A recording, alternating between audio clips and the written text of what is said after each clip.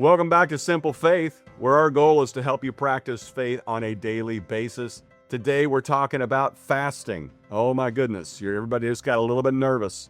Let's be honest, this may be the least popular spiritual discipline Jesus mentions.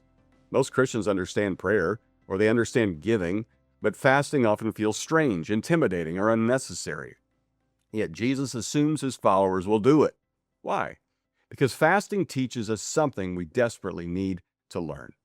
Notice what Jesus says here. When you fast. Not if, but when. He assumes his followers will practice it. In fact, many of the Jewish people were already doing this just to be able to commune with God. And then he gives the same warning he gave about giving and prayer. He says, don't make a show of it. Don't advertise it. Don't try to look miserable.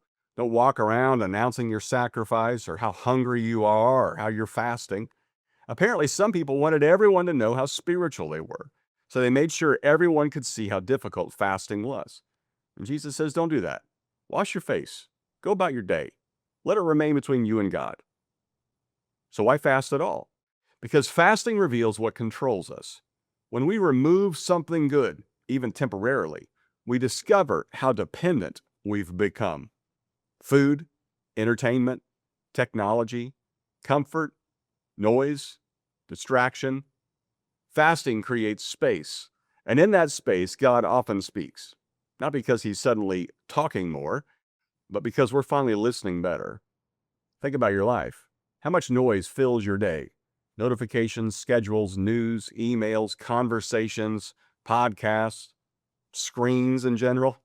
We can become so full of everything else that we have little room left for God. And fasting creates room.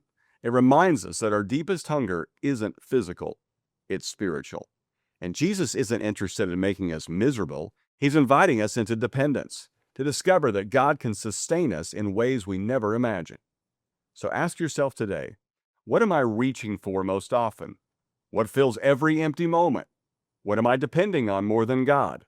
That answer may reveal an opportunity for fasting.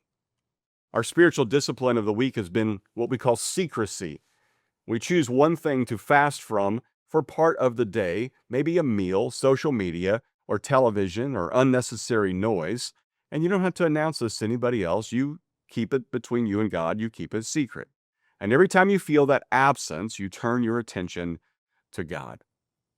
Well, tomorrow we're going to bring this entire week together and discover what Jesus is really teaching about religious duties, because his goal is much bigger and better than just habits. It's a transformed heart. As always, share this with a friend, rate and review the podcast. Come back tomorrow. I'll see you then, and keep it simple.